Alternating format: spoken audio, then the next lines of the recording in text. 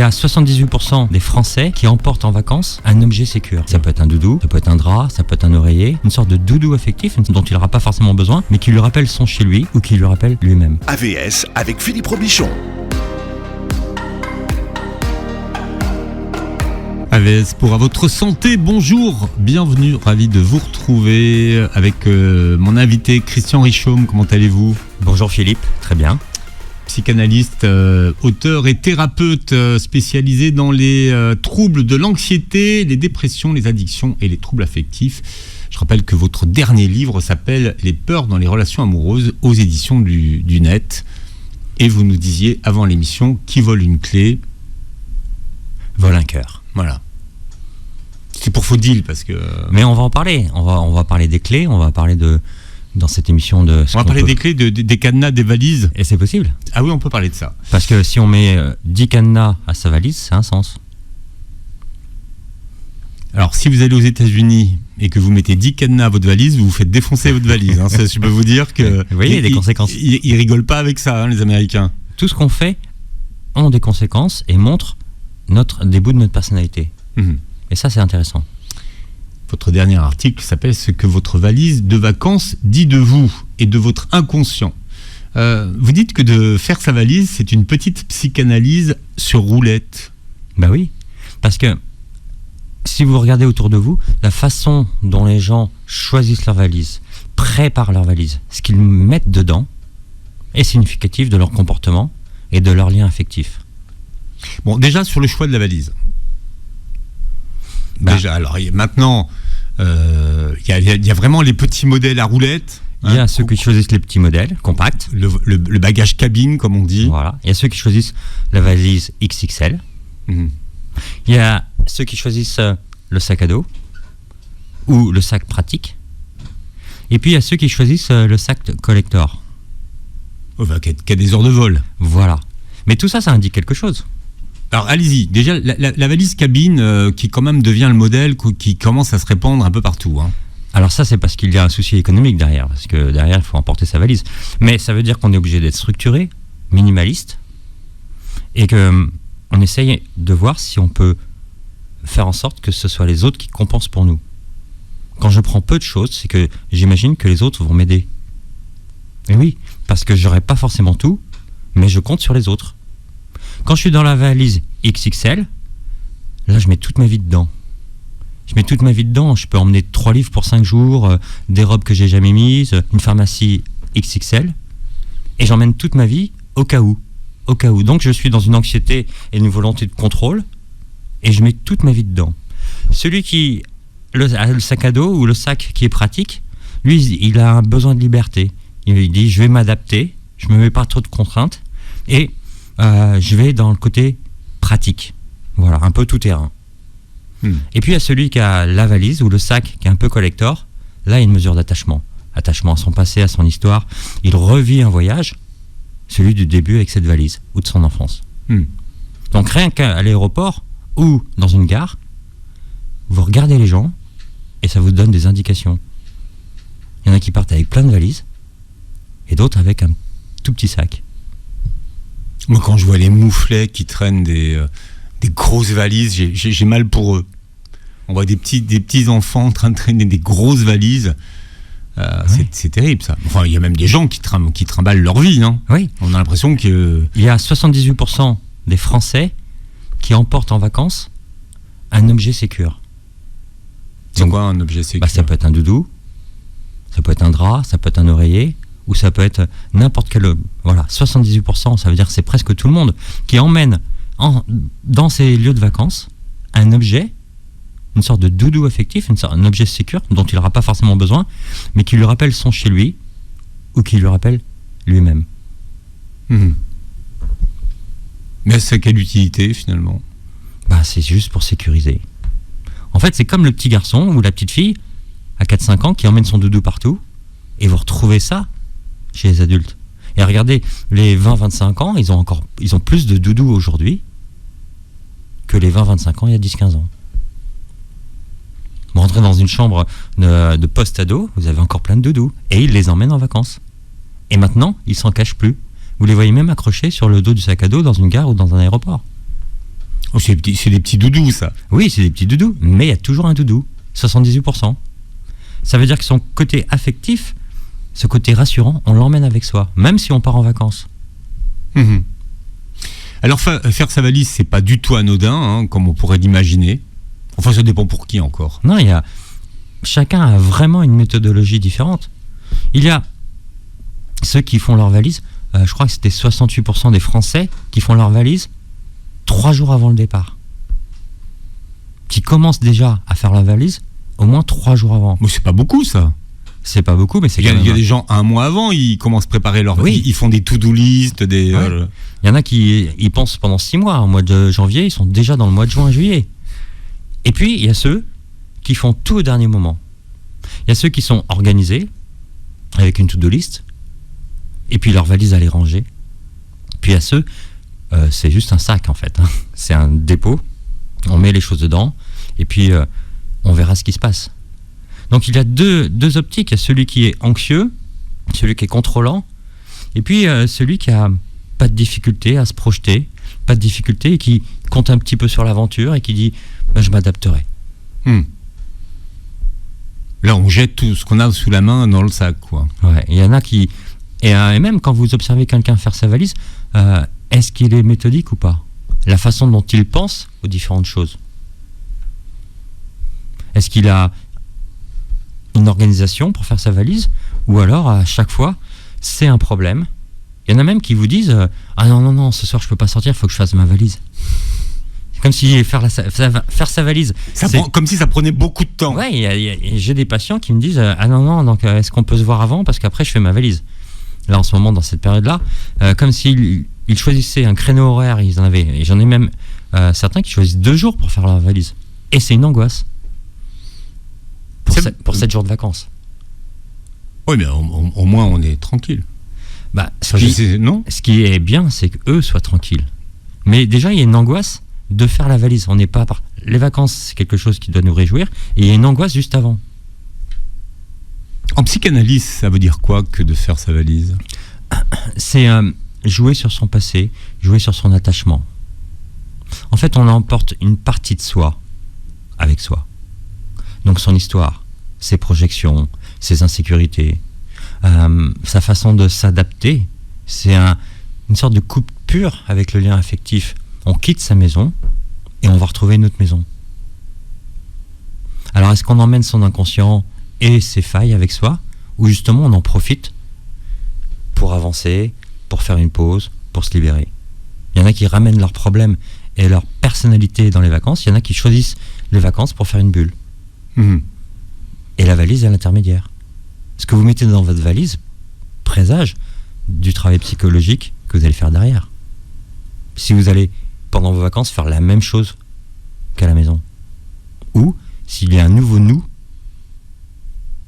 qui s'installe. Ce matin, j'ai une patiente qui me dit moi je vais mettre des belles robes parce que j'ai envie d'être belle pendant les vacances. Alors je lui dis banco, on le fait. Mais je me suis dit mais pourquoi vous faites pas ça toute l'année ?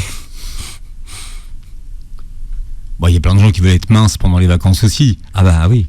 Enfin, regardez les salles de sport en ce moment, elles sont pleines depuis 1 ou 2 mois. Et oui, il y a ce côté, mais on est dans une société aussi de paraître, où on veut aussi paraître aux autres et transmettre des informations pour montrer que pendant les vacances, ce sont des belles vacances et qu'on est heureux. Donc il y a aussi ce regard des autres qui est important.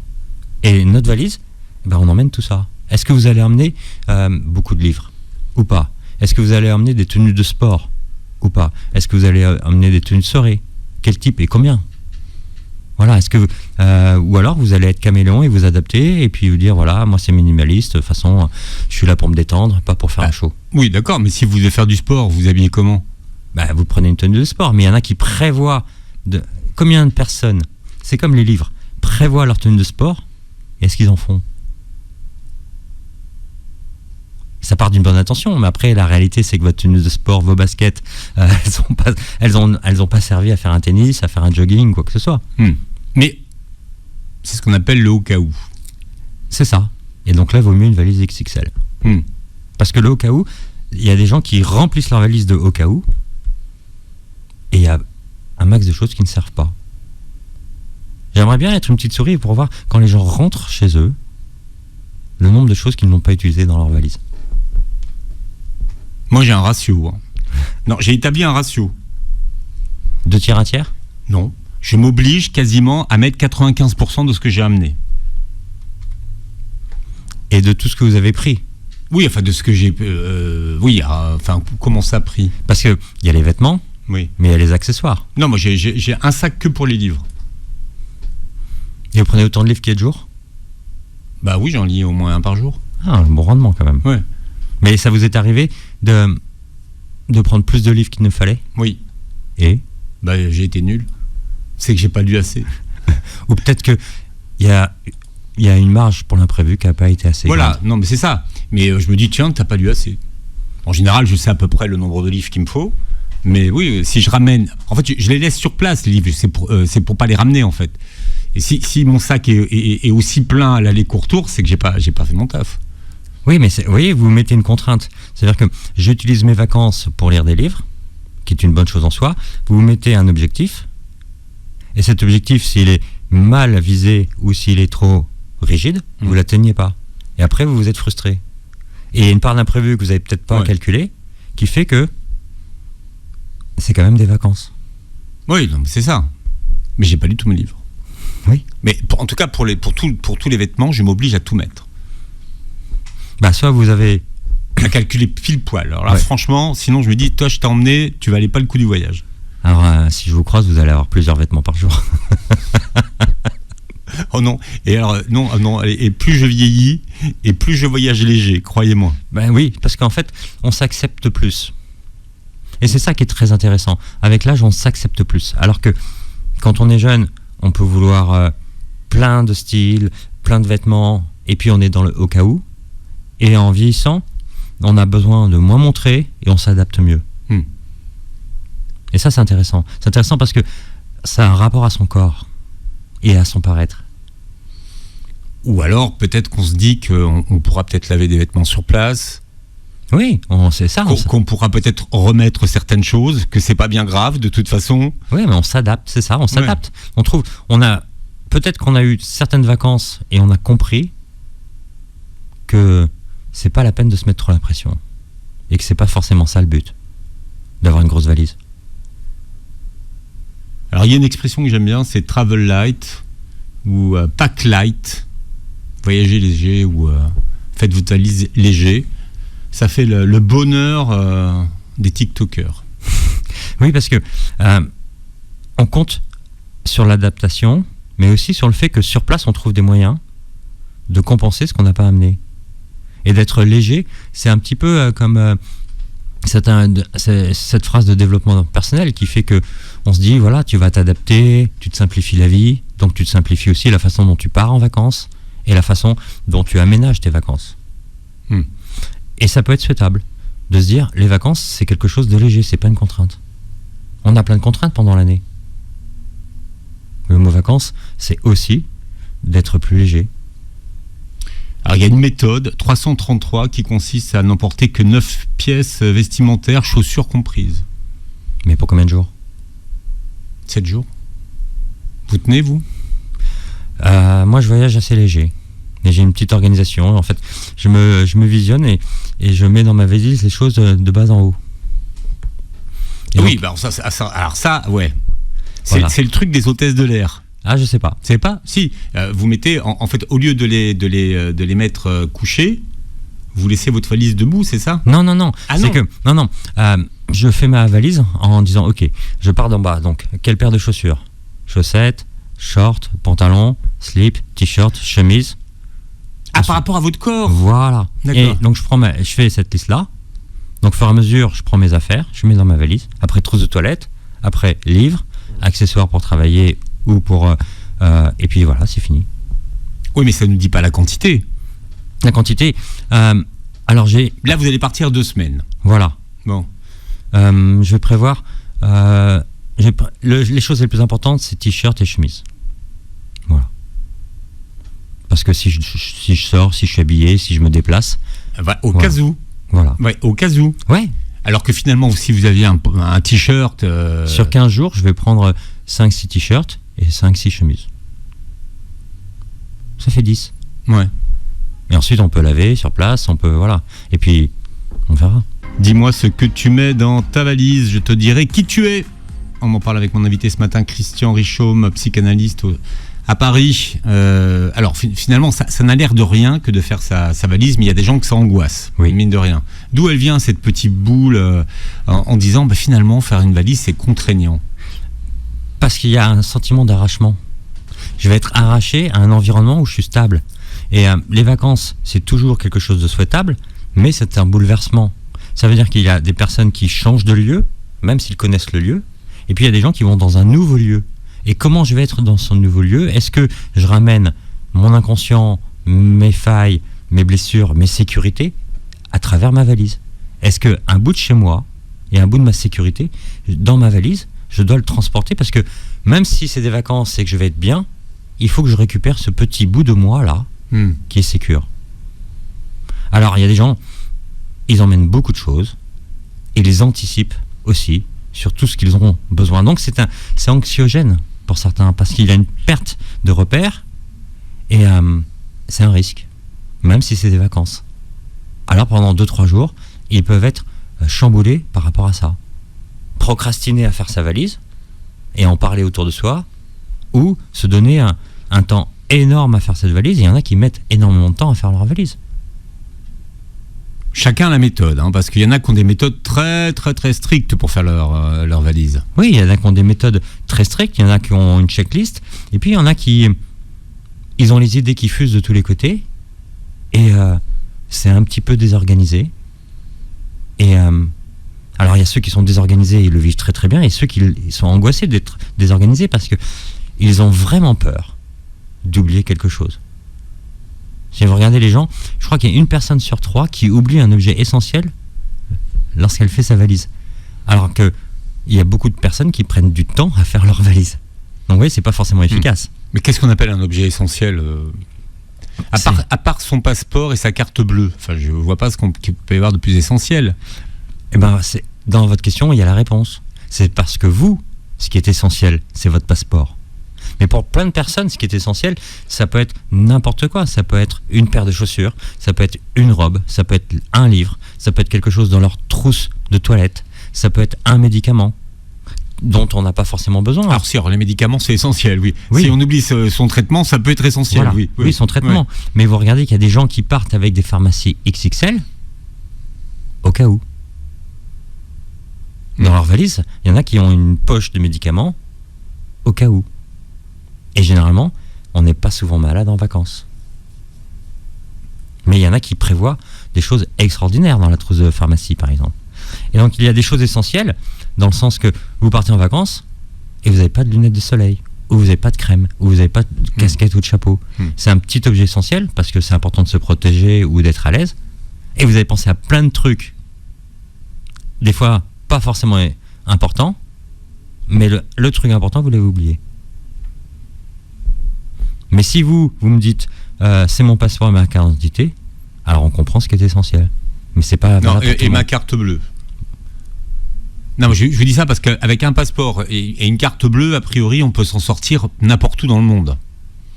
Oui, vous. Mais d'autres sont en panique d'avoir juste cette idée-là.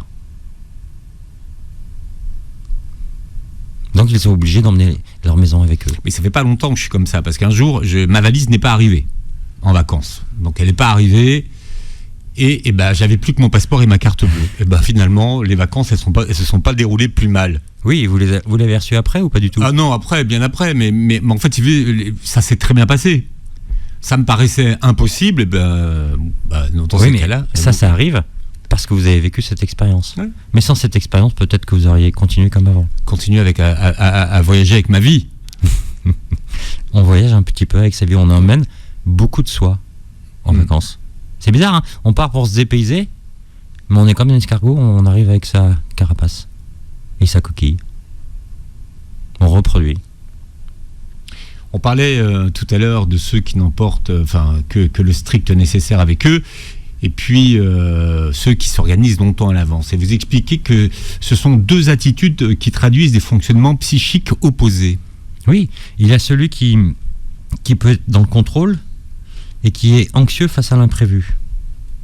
Et puis il y a celui qui est dans le déni du départ. Ça, aussi, c'est celui qui prévoit beaucoup. qui fait sa valise par anticipation. Voilà. Donc lui, il est dans le contrôle. Il est dans l'anxiété.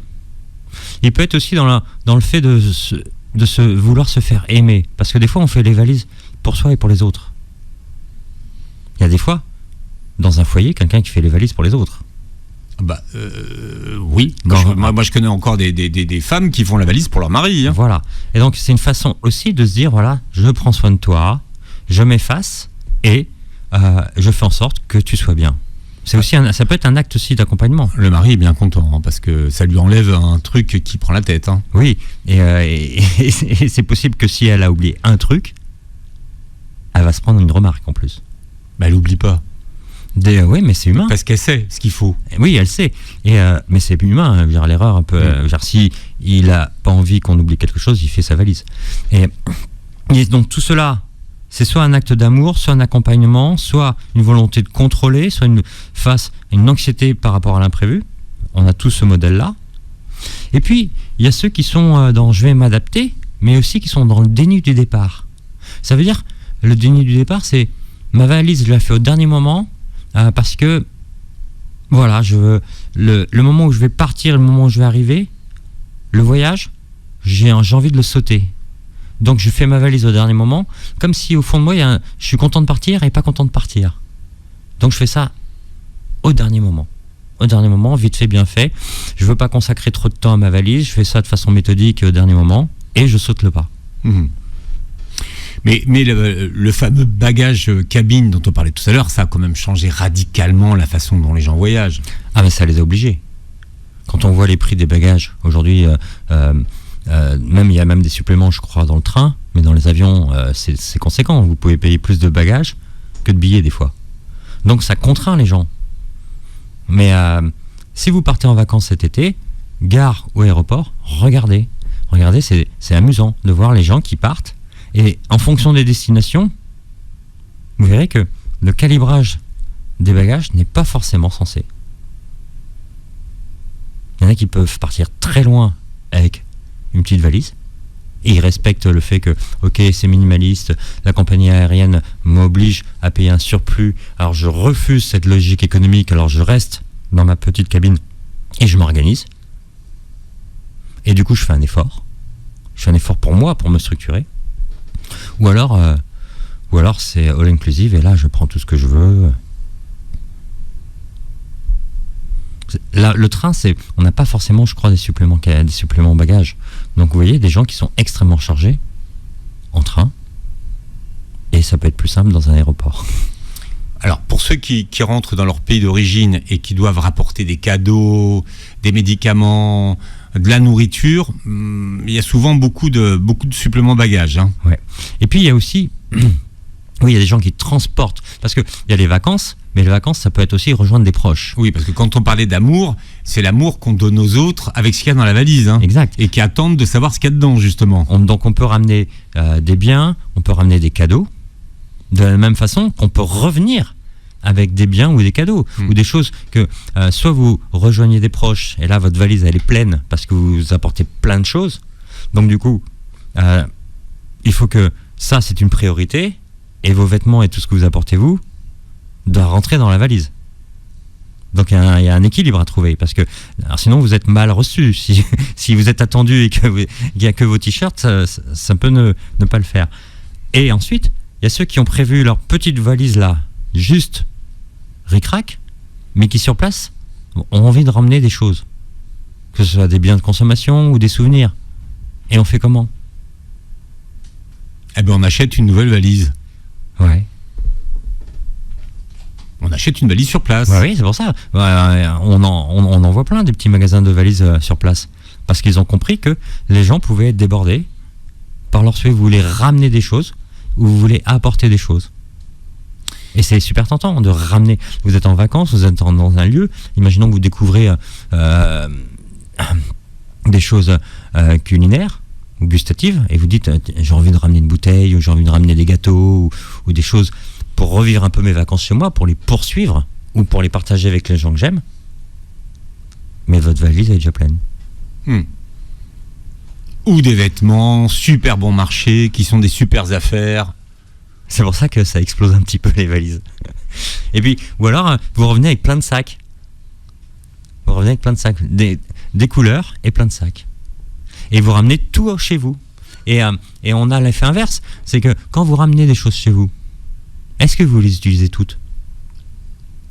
Vous voyez, on se dit pendant les vacances, j'achète plein de choses, que ce soit des affaires, de marque ou n'importe quel objet, souvenir ou un objet pour le déguster. Et est-ce qu'il ne reste pas dans votre placard une fois qu'il est rentré ? Il y a une grosse partie quand même.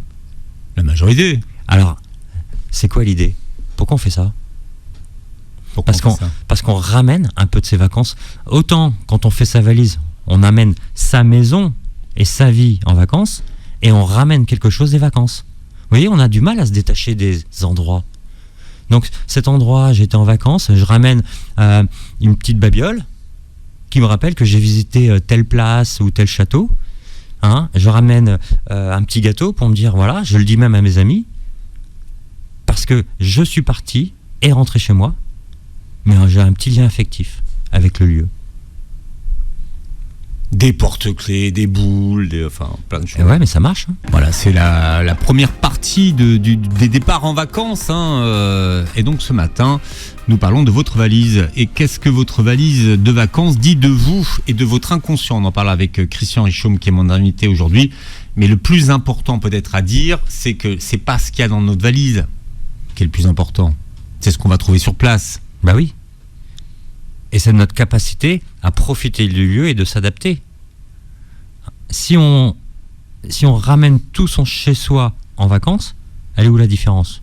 Si on ne peut pas avoir une attitude différente, si on ne peut pas être plus léger, si on est avec les mêmes contraintes, pourquoi on est parti en vacances ? L'idée des vacances, c'est qu'il y a un changement. Il y a un changement, il y a des conditions qui sont différentes, et qu'on puisse souffler, qu'on puisse appréhender les choses différentes, faire une introspection et passer du temps avec soi et ceux qu'on aime. Si c'est pour être dans la même dynamique, entre guillemets changer de rue, ça n'a pas de sens. Donc ce qu'on met dans nos valises, est-ce que c'est pour reproduire la même chose ou autrement ? Après, on peut mettre dans sa valise des choses pour être beau ou belle. Alors ça, c'est important. Et c'est ce qui se passe très souvent.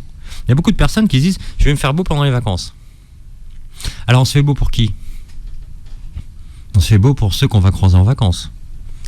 Alors si on croise des gens à qui on est proche, on rejoint la famille, ça peut être bien. Donc ils ont une image valorisante de nous. On ne nous voit pas pendant toute l'année, et puis moi, ils me voient beau, ou élégant, ou bien habillé pendant les vacances. Donc je suis encore en train de vendre une image de moi. Je suis pas je suis tranquille, je m'en fous du regard des autres. Non, justement, je me mets une pression. Donc j'essaie de me faire beau.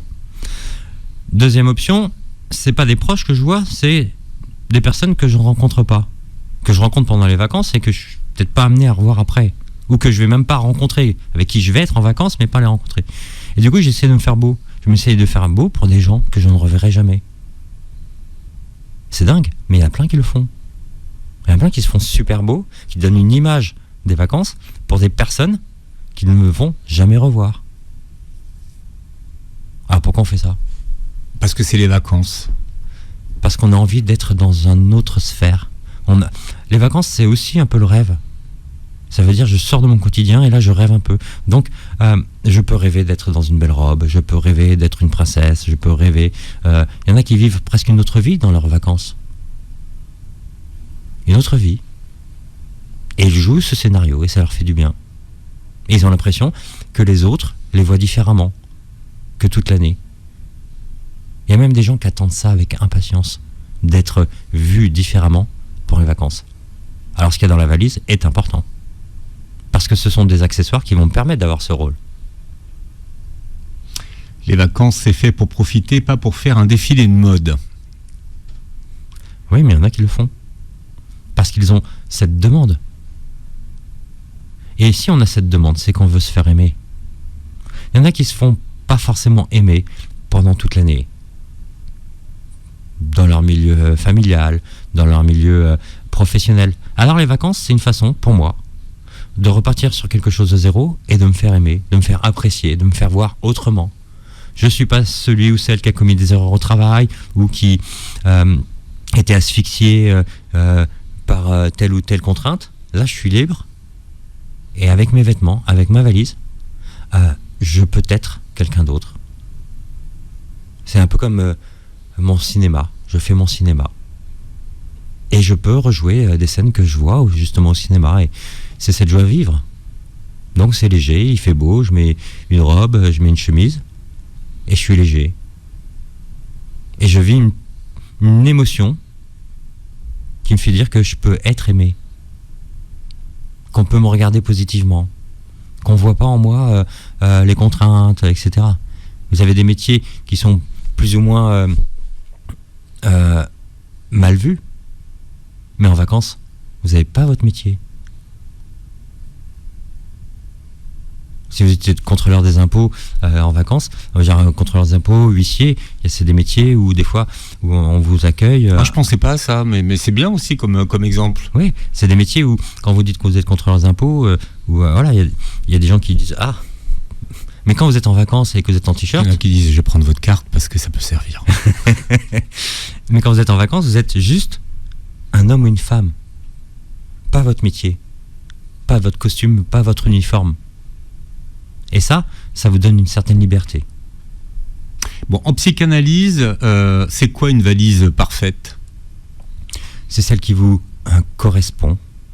Et c'est celle qui montre que ce dont vous emmenez est équilibré. Ça veut dire que c'est ni trop ni pas assez. Oui, parce que les extrêmes... Ça c'est une réponse de Normand, pas de psychanalyste. Non, c'est parce que les extrêmes posent des difficultés. Le blanc et le noir posent des difficultés. Et la vie, c'est du gris. Et que chacun trouve son propre gris.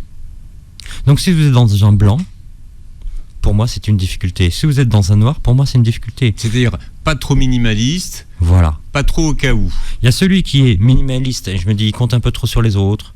Voilà. Et celui qui est maximaliste, je dis, attention, là, vous êtes dans l'excès. Mais si on arrive à réguler ça, donc à être dans le gris, à faire en sorte que vous êtes capable de prendre des choses et de vous adapter, ça veut dire d'avoir un ou deux objets auxquels fétiches, qui sont rassurants, ok, mais d'un autre côté, vous êtes capable de lâcher sur d'autres, d'avoir une marge de manœuvre, d'avoir une marge où vous allez avoir une capacité à vous adapter à votre environnement, sans avoir des contraintes de jugement, des contraintes de contrôle, des contraintes d'anxiété, alors c'est une bonne valise. Bon, qu'est-ce que ça veut dire quelqu'un qui n'arrive pas à fermer sa valise ? Vous savez le truc où là, il va peut-être falloir faire du vide. Ou alors où on pousse, on s'assoit sur la valise pour la fermer. C'est quelqu'un qui n'aime pas rompre. C'est quelqu'un qui a du mal avec la rupture. C'est exactement ça. C'est-à-dire qu'il y a de fortes chances que cette personne, dans ses relations, elle subisse la rupture, mais elle ne la crée pas. C'est quelqu'un qui a du mal à fermer une porte. C'est quelqu'un qui a du mal à conclure. C'est quelqu'un qui est toujours dans le trop. Et en fait, ce sont les autres qui lui disent stop, c'est les autres qui s'arrêtent. Et là, c'est la valise qui lui dit stop. La personne, elle remplit cette valise et elle n'arrive pas à la fermer. C'est la valise qui lui dit stop, c'est pas elle. Si la valise disait ok, elle continuerait. Bon, on finit toujours par la fermer, hein, de toute façon. Ben oui, parce qu'il y a un petit souci quand même. Mais son premier réflexe, c'est que ça déborde. Donc il y a un lien par rapport à la rupture, par rapport à la décision. Il y a aussi le fait qu'il y a certaines personnes qui prennent tout parce qu'ils ont du mal à faire un choix. Ils ont du mal à faire un choix, alors ils prennent tout. Au cas où. Le choix, c'est renoncer. Soit oui, on emmène, soit on n'emmène pas. Voilà. Mais faire un choix entre A et B, si je choisis A, c'est accepter que je ne prenne pas B. Il y en a qui n'acceptent pas, qui veulent A et B. Et ça peut déborder. Donc l'argument raisonnable, c'est au cas où. Mais dans la réalité, il n'y a pas de au cas où. Dans la réalité, c'est que je dois accepter de faire des choix. Or, la personne qui, sa valise déborde, ne fait pas de choix. Donc, c'est l'extérieur qui décide pour elle. Soit c'est dans une rupture amoureuse, c'est l'autre qui décide.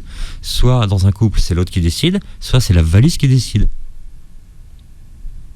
Ou alors il faut prendre un modèle plus grand. Si vous prenez un modèle plus grand, je pense que c'est une Ça stratégie débordera. d'évitement. Donc on retombera sur le même problème. Parce que la personne dit c'est plus grand, donc du coup je peux avoir plus de marge. Et on tombe sur le même problème. Problème. La façon dont on prépare sa valise en dit souvent plus sur notre manière d'aimer qu'on ne le croit. Vacances et amour, c'est la même chose? Il y en a beaucoup qui espèrent l'amour pendant les vacances. L'amour, les vacances, c'est souvent après le printemps. Là, on est dans une période où on est après le printemps. Donc on se dit, allez, c'est l'occasion, quand on est jeune, de rencontrer une autre jeune fille. On peut avoir des moments, des occasions. C'est une occasion, quand on est célibataire, de rencontrer peut-être une âme sœur. C'est l'occasion aussi, quand on est avec un ou une partenaire, de vivre cette période-là. Donc, les vacances, il y a de l'amour. S'il y en a qui prévoient de passer des vacances sans amour, ils ne sont pas nombreux.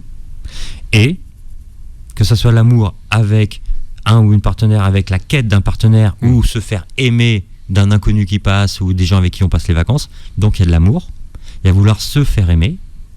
Et ce qu'on met dans sa valise, c'est pas n'importe quoi du coup. Vous n'allez pas prendre vos plus mauvais vêtements pour vos vacances. Il y a même des gens qui ont des vêtements que pour les vacances. Il y en a qui ont des t-shirts, des chemises, des robes que pour les vacances. Ça veut dire spécial, je vais être beau et je vais essayer d'être séduisant ou élégant en vacances. Mais qu'est-ce qu'ils en font le reste de l'année? Ils le gardent pour cette occasion. C'est pour ça qu'il y en a qui se mettent beaucoup de pression et veulent absolument des vacances, parce que c'est une façon de nourrir cette chose-là. Ça veut dire je vais me faire aimer pendant les vacances. Et potentiellement, je vais pouvoir trouver l'amour. Parce que je serai belle, ou je serai beau, je serai dans une belle dynamique. Le problème, c'est que des fois, on trouve des personnes, mais qui sont géographiquement pas à côté de moi. Non, ou alors l'avant-dernier jour de la fin des vacances. Ça, j'appelle ça le syndrome de la colo, vous savez. Quand on est petit, on va en colonie de vacances ou en voyage organisé, et puis la veille, il y a toujours une boum, ou il y a toujours une fête, et c'est là qu'on arrive à concrétiser l'affaire, et le lendemain, on part. Malheureusement, c'est souvent le cas. C'est pour ça que je vous prends l'exemple. Ouais, parce que c'est toujours au moment où il faut partir que ça commence à s'éclaircir. Oui, parce qu'il y a un temps de préparation, il y a un temps d'observation, il y a un temps de contrôle, et puis le dernier jour, on se lâche. On se lâche parce qu'on se dit, allez, si c'est pas ce soir, c'est jamais. De part et d'autre, les deux partenaires peuvent se dire ça. Et du coup, il y a une attitude à se rencontrer, vraiment. Parce que on se dit, il faut enlever nos verrous, il faut enlever nos craintes, et puis il faut y aller. Il y a des personnes qui osent pas pendant 5 jours, et le dernier jour, s'ils osent pas, c'est mort. S'ils avaient osé au bout de 2 jours, voilà. Ou alors on se revoit l'année prochaine. Oui, mais ça devient compliqué. C'est l'occasion de revenir. Oui, mais c'est long quand même 1 an. Oui. Au temps d'Internet et des réseaux sociaux, oui, c'est très très long. Il y en a qui ont peur, comme ils se sont rencontrés récemment, comme ils ne passent pas de vacances ensemble, qu'il y a un souci.